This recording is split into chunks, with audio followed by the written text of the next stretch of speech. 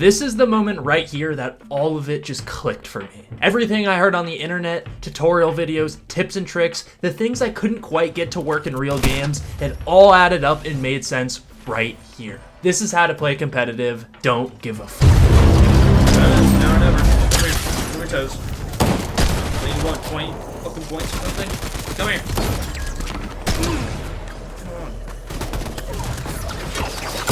Come here, boy! Yo, this is so exciting. That was the moment all of Fortnite competitive finally made sense for me.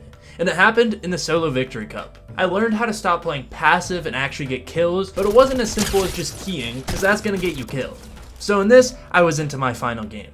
I played my earlier matches pretty passive and it bit me in the ass when I died to a bush camper, so now I really needed to play. I was at 41 points going into the final game, and I knew qualification was going to be around 66 or 67 points, so I needed a big game. That meant at least 26 points bare minimum. And for reference, getting all the way to second place only gives you 25 points. So yeah, but I still hit it. I got off to a good start and farmed up to 5-5-5 and hit an early rotate towards the center of zone when I saw someone. I knew if this guy was a keyer, no matter if I shot or not, the second he sees me, he's gonna push, so might as well get some damage in. By the way, that's just a good philosophy to have. If you're holding back your shots because you don't want to get keyed, it doesn't matter. If they see you, they're gonna do it anyway. So make sure they don't see you or get some shots in. Fortunately, he was not a keyer and backed off, and I was able to hit an easier rotate to high ground. I boxed up waiting for next zone or until I had to move again, and that's when I saw this guy rotating out of Reckless. Knowing the people that dropped there, I assumed this guy was a keyer too, so sticking to my philosophy, I shot at him to get some damage in or at least scare him. But then I found out he was actually in shambles and had no shield, and I became the keyer. I got a little cocky knowing my health advantage and almost sold, but got him in the end. Because of that, I had to use my remaining meds and then had to go fish to get some back. And when I talk about having something click for me in the brain to figure out competitive, it hasn't happened yet, by the way. I'm just boxed up right now trying to imitate what I see the pros do, but I didn't know what I was really doing until the end of the game where I go on a rampage after it clicks. A couple zones later and it's endgame. I'm still just imitating what I hear online, so I wait to rotate until other people go first.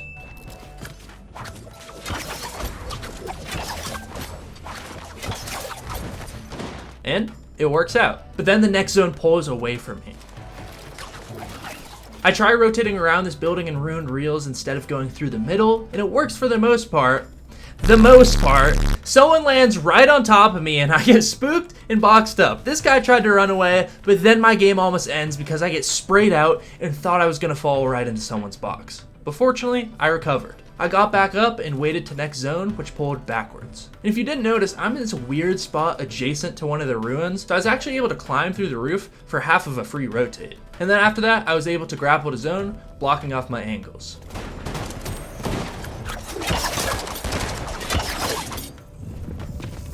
I got into next zone and then needed to make one more box because we were officially in the moving zones. And then I got punished during my next rotation.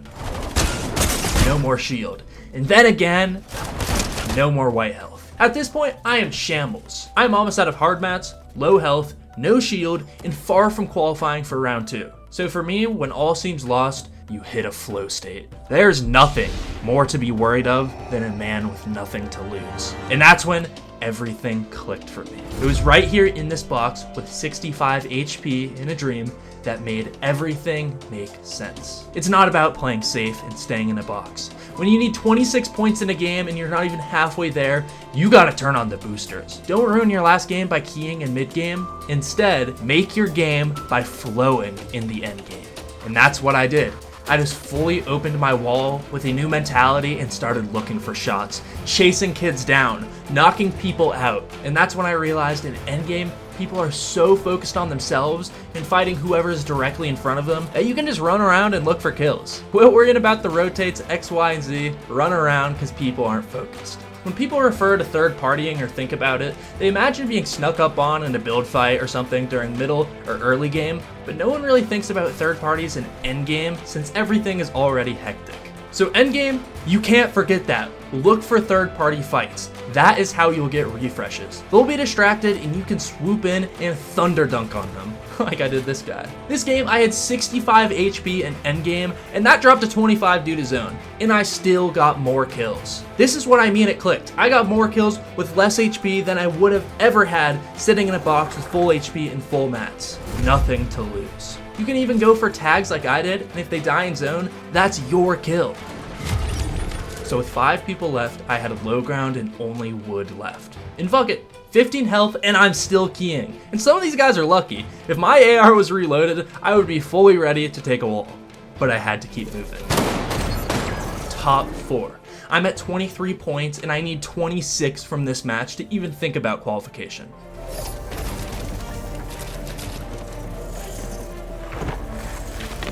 One more kill, that's a point. Then I get pushed and I'm dead. 23 points plus the kill is 24. Didn't make it. But then I realized, after getting that kill, I moved up to top 3, which was 2 more additional points. I just needed 2. And when I was back to the lobby, I realized I had hit 67 points. Qual for next round was 67 points. It was that game that I realized how competitive works. I always say it's better to waste mats and die with 0 than to be conservative and die with hundreds, and this was the truest example of that. I survived with 15 health for multiple moving zones, got multiple endgame kills, 67 points, and died with exactly 27 soft mats to my name. Not bad.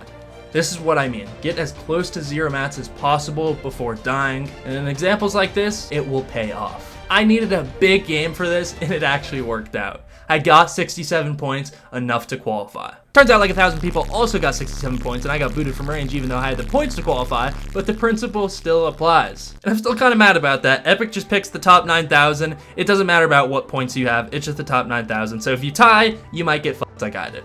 Still kind of mad about that, so like the video to ease my ban. So invest in the channel if you think you're on the verge of something clicking for you to see that. But after this clicked in my head, I really started winning games in competitive. The next tournament I played, I won multiple games, which I will show you guys in my next video.